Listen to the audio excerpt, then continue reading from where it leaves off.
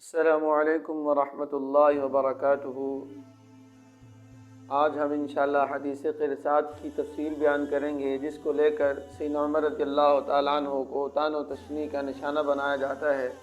تو سب سے پہلے ہم حدیث پڑھیں گے،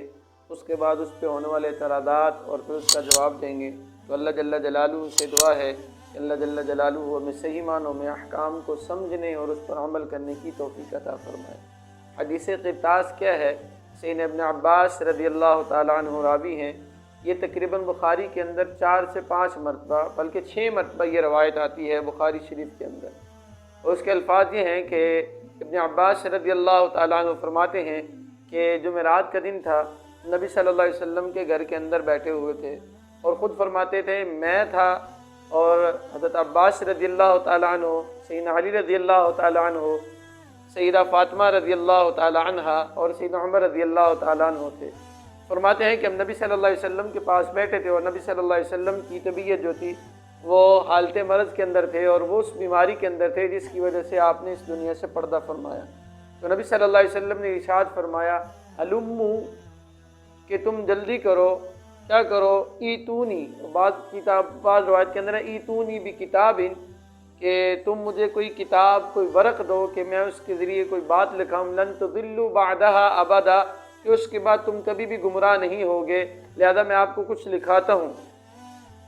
تو عمر رضی اللہ تعالیٰ عنہ نے ارشاد فرمایا کہ فقد غلب علیہ الوجع، کہ نبی صلی اللہ علیہ وسلم کی طبیعت میں سختی تھی، اور اس طبیعت کی وجہ سے آپ کی طبیعت جو تھی وہ حالت ٹھیک نہیں تھی، آپ کو تکلیف تھی۔ تو عمر رضی اللہ تعالیٰ عنہ نے اس وجہ سے فرمایا کہ نہ لاؤ۔ تو شیعہ اس بات کو لے کر عمر رضی اللہ تعالیٰ عنہ کو طعن و تشنیع کا نشانہ بناتے ہیں، اور عمر رضی اللہ تعالیٰ عنہ کو گستاخ نبی گنواتے ہیں۔ تو سب سے پہلا سوال یہ ہے کہ اس کا جواب یوں دیا جاتا ہے کہ دیکھو، حضرت علی رضی اللہ تعالیٰ عنہ ان صحابہ میں سے ہیں کہ جن کا نام کاتب وحی کے اندر آتا ہے، اور سیدنا عمر رضی اللہ تعالیٰ عنہ کاتب وحی میں سے نہیں ہیں۔ اس کا عام سی میں آپ کو بات سمجھاتا ہوں کہ 4 آدمی بیٹھے ہوں، اور میں سے ایک لکھنے والا ہو، کہ جب کہا جائے کہ بھئی یہ بات لکھو، کس نے لکھنا ہوتا ہے؟ اسی نے لکھنا ہوتا ہے جو لکھنے والا ہو۔ تو حضرت علی رضی اللہ تعالیٰ عنہ وہ بھی لکھنے والے تھے، عمر رضی اللہ تعالیٰ عنہ کاتب وحی نہیں تھے۔ تو سب سے پہلے اعتراض تو سیدنا علی رضی اللہ تعالیٰ عنہ پہ آتا ہے۔ حالانکہ ہم اہل سنت والجماعت کا عقیدہ یہ ہے کہ نہ تو ہم حضرت علی رضی اللہ تعالیٰ عنہ پہ اعتراض لاتے ہیں، نہ ہی عمر رضی اللہ تعالیٰ عنہ پہ اعتراض لاتے ہیں۔ اصل وجہ یہ تھی کہ جیسے کہ عمر رضی اللہ تعالیٰ نے جو الفاظ بولے فقد غلب علیہ الوجع، کہ نبی صلی اللہ علیہ وسلم کی طبیعت جو تھی وہ تکلیف تھی، اس وجہ سے فرمایا کہ ابھی نہ لکھاؤ۔ اس کی مثال ایسی ہے کہ جیسے کہ ایک استاد اپنے شاگردوں کو کوئی بات سمجھاتا ہے، اور سمجھانے کے بعد کہتے ہیں کہ ابھی میں لکھ دیتا ہوں تمہیں تاکہ تمہیں زیادہ وضاحت ہو جائے۔ تو جب ان کو جو شعور والے ہوتے ہیں، جو سمجھدار ہوتے ہیں، باادب ہوتے ہیں، وہ کہتے ہیں کہ جب سمجھ آ چکی ساجی دوبارہ لکھوانے کی ضرورت نہیں ہے۔ اور نبی صلی اللہ علیہ وسلم نے تو وہی بات کہنی تھی جو پہلے کہہ چکے تھے، کیونکہ آپ صلی اللہ علیہ وسلم کی مرض وفات سے پہلے تقریباً 85 یا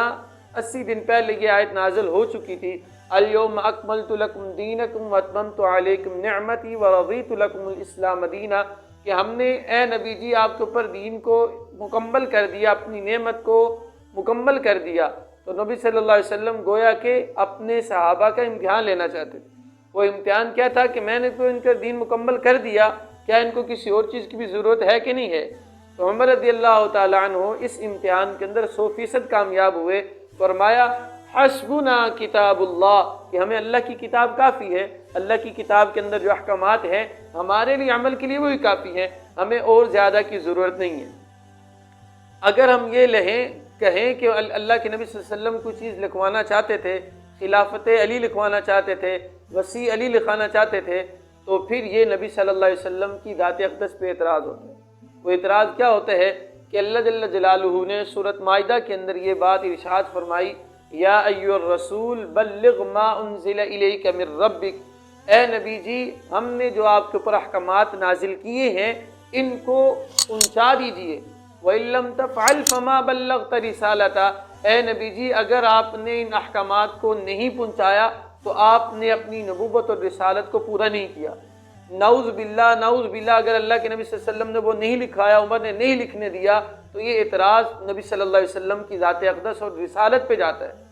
کہ آپ صلی اللہ علیہ وسلم نے اپنی رسالت کا کام پورا نہیں کیا، حالانکہ آپ صلی اللہ علیہ وسلم نے حجۃ الوداع کے موقع پر یہ بات ارشاد فرمائی تھی، هل بلغتکم، کیا میں نے تمہارے تک دین پہنچا دیا، اللہ کے احکامات پہنچا دیے؟ تو سب نے کہا تھا آپ نے پہنچائے نہیں بلکہ پہنچانے کا حق ادا کر دیا۔ تو آپ نے یہ کہا تھا اللہم اشہد اللہم اشہد، آپ نے 3 مرتبہ یہ ارشاد فرمایا تھا، حالانکہ اگر لکھوانا ہوتا وہ پہلی بات کی جو پہلے حکم دیے گئے تو اسی کی تاکید لکھوانی تھی۔ اور پھر اگلی اسی روایت کے اندر آخر میں الفاظ آتے ہیں احجرا،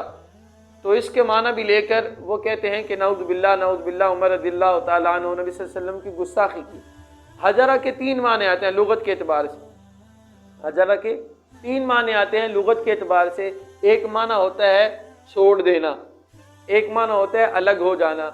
ایک معنی جو شیعوں نے کیا وہ ہم مراد نہیں لیتے، میں صرف الفاظ کا ترجمہ نقل کر رہا ہوں، شیعوں والی بات نہیں کہہ رہا، لفظ حجرہ کا معنی بیان کر رہا ہوں۔ نعوذ باللہ کمزوری کی وجہ سے، جو بندہ بیماری کی وجہ سے یا ایسے کمزوری کی وجہ سے، ذہنی کمزوری کی وجہ سے ایسے الفاظ بولنا شروع کر دیتے ہیں جس کو سلیبس اردو کے اندر کہتے ہیں بکواس کہنا اور ہذیان بکنا۔ نعوذ باللہ شیعہ کہتے ہیں کہ عمر رضی اللہ تعالیٰ نے ہذیان بکنے کی نسبت نبی صلی اللہ علیہ وسلم کی طرف کی اور نبی صلی اللہ علیہ وسلم کی گستاخی کی، حالانکہ یہی الفاظ آپ لغت اٹھا کے دیکھیں اللہ نے قرآن کے اندر 2 جگہ استعمال کیا۔ ایک سورۃ نساء کے اندر اللہ جل جلالہ نے ارشاد فرمایا وَاهْجُرُوهُنَّ فِي الْمَضَاجِعِ، ان عورتوں کے بارے میں کہ جو نافرمان ہوں، اللہ نے ان سے صلح کرنے کے، ان کو سمجھانے کا جو طریقہ بیان کیا، ایک طریقہ اللہ نے یہ بیان کیا وَاهْجُرُوهُنَّ فِي الْمَضَاجِعِ، ان کے بستروں سے الگ ہو جاؤ۔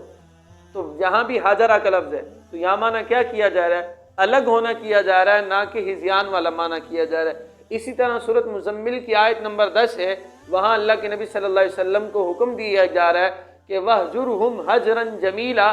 آپ ان کفار سے الگ ہو جائیے، تو یہاں بھی یہ معنی کیا جا رہا ہے۔ تو شیعوں نے گویا کہ عمر رضی اللہ تعالیٰ عنہ کو ایک عداوت کا نشانہ بنایا ہوا ہے، انہوں نے ایک ایسا چشمہ پہنا ہوا ہے جس کے اندر سفیدی بھی کالا نظر آتا ہے۔ اور بڑی آسان سی بات ہے کہ دیکھو حدیث کے اندر آتا ہے، بخاری کی روایت ہے، بخاری کی روایت 87 ہے کہ جس کے اندر یہ بات نقل کی گئی ہے کہ عمر رضی اللہ تعالیٰ عنہ کا گھر مدینہ کے ایک کنارے کی طرف تھا اور حضرت علی رضی اللہ تعالیٰ عنہ جو تھے وہ نبی صلی اللہ علیہ وسلم کے گھر والے تھے۔ تو دیکھو اگر کسی کو جب کام کہا جاتا ہے تو قریب والوں کو پہلے اس کا حق ہوتا ہے کہ وہ کام کرے۔ تو آپ صلی اللہ علیہ وسلم نے یہ جو کہا کہ ایتونی بکتفن، ایک جگہ میں فرمایا ایتونی بکتابن، کہ مجھے کوئی قلم اور دوات دو یا جو بھی لکھنے کے ذرائع تھے وہ دو، تو یہ سب سے پہلے حکم کس کی طرف متوجہ ہوتا ہے کہ شیر خدا مولا علی رضی اللہ عنہ کی طرف متوجہ ہوتا ہے۔ اور دوسری بات یہ بات ذہن میں رکھیں کہ دیکھو حضرت علی رضی اللہ تعالیٰ عنہ گھر کے افراد تھے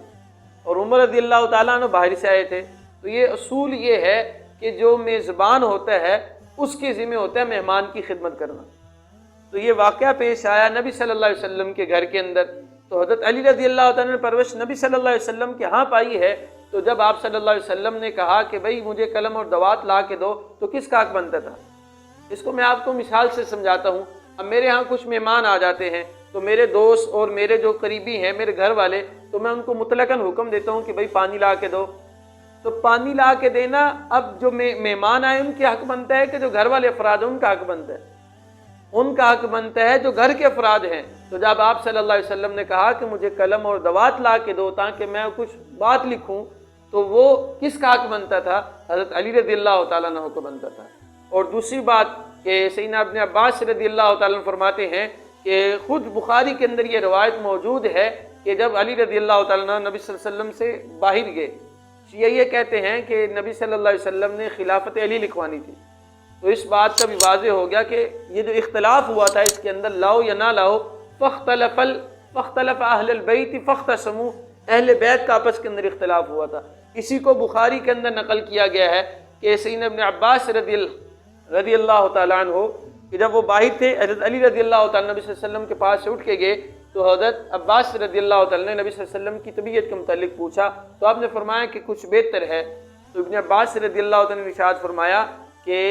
میں نے بنو مطلب کے لوگوں کو حالت مرض کے اندر دیکھا ہے کہ جب ان کا آخری وقت ہوتا ہے تو ان کی ایسی کیفیت ہوتی ہے، لہذا ہم جا کے نبی صلی اللہ علیہ وسلم سے وہ پوچھ لیتے ہیں کہ نبی صلی اللہ علیہ وسلم نے کیا لکھوانا تھا۔ تو حضرت علی رضی اللہ تعالیٰ نے ارشاد فرمایا کہ میں نہیں جاؤں گا، میں نہیں جاؤں گا۔ اور اب عباس رضی اللہ تعالیٰ کے الفاظ ہیں، ان کان فینا، اگر آپ نے خلافت یا جو بھی لکھوانا ہے اگر ہمارے معاملے میں ہو، علمناہ، تاکہ ہم اس کو جان لیں، وَإِن كَانَ فِي غَيْرِنَا، اگر ہمارے علاوہ ہو تب بھی ہم جان لیں، فَأَوْصَىٰ بِنَا، تاکہ آپ صلی اللہ علیہ وسلم کوئی وصیت کریں تو اس کو بھی ہم جان لیں۔ تو حضرت علی رضی اللہ تعالیٰ نے ارشاد فرمایا تھا کہ واللہ میں نہیں جاؤں گا۔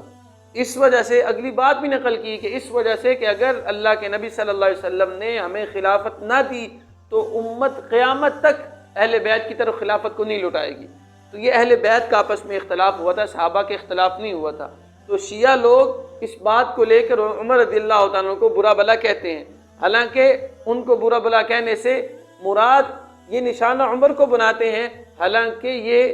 گستاخ ہیں علی کے بھی، کیونکہ یہ اعتراض گویا کہ یہ بات کہہ کر یہ نقل کرنا چاہتے ہیں کہ علی رضی اللہ تعالیٰ نے برا کیا، اور اللہ کی ذات پہ بھی اعتراض کرتے ہیں اور نبی صلی اللہ علیہ وسلم کی ذات پہ بھی اعتراض کرتے ہیں۔ تو اور آپ صلی اللہ علیہ وسلم یہ لکھوانا چاہتے تھے اخرج الیہود من جزیرۃ العرب، کہ یہود کو جزیرہ عرب سے نکال دو، اور دوسری بات یہ لکھوانا چاہتے تھے اجیز الوفد بنحو ما کنت اجیزہم، کہ جس طرح میں لشکروں کو روانہ کرتا رہا ہوں اسی طرح لشکروں کو روانہ کرنا، یہ لکھوانا چاہتے تھے، نہ کہ وہ بات لکھوانا چاہتے تھے جو خلافت بلا فصل کو کہتے ہیں۔ اور خلافت بلا فصل لکھوانا چاہتے ہیں، اور خود حدیث کے اندر ہے، اما عائشہ صدیقہ رضی اللہ تعالیٰ عنہ فرماتی ہیں کہ میرے سر میں درد تھا تو میں نے نبی صلی اللہ علیہ وسلم کو کہا کہ میرا سر جو ہے وہ درد سے پھٹ رہا ہے، تو نبی صلی اللہ علیہ وسلم نے فرمایا کہ جب تو چلی جائے گی تو میں تیرے لیے دعائے استغفار کروں گا۔ تو آپ نے فرمایا، اما عائشہ صدیقہ رضی اللہ تعالیٰ نے فرمایا کہ کیا آپ میرے مرنے کی خواہش کرتے ہیں؟ جیسے بیوی سے دل لگی کہتی ہے اس طور پر آپ نے کہا۔ تو آپ نے فرمایا کہ میرا اپنا بھی سر پھٹ رہا ہے، میرا خود اپنا سر جو ہے وہ درد کی وجہ سے پھٹ رہا ہے، اور میں یہ ادا کرتا ہوں کہ میں ابو بکر رضی اللہ تعالیٰ عنہ یا اس کے بیٹے کو اس کے لیے خلافت لکھواؤں، حالانکہ لکھوائی نہیں،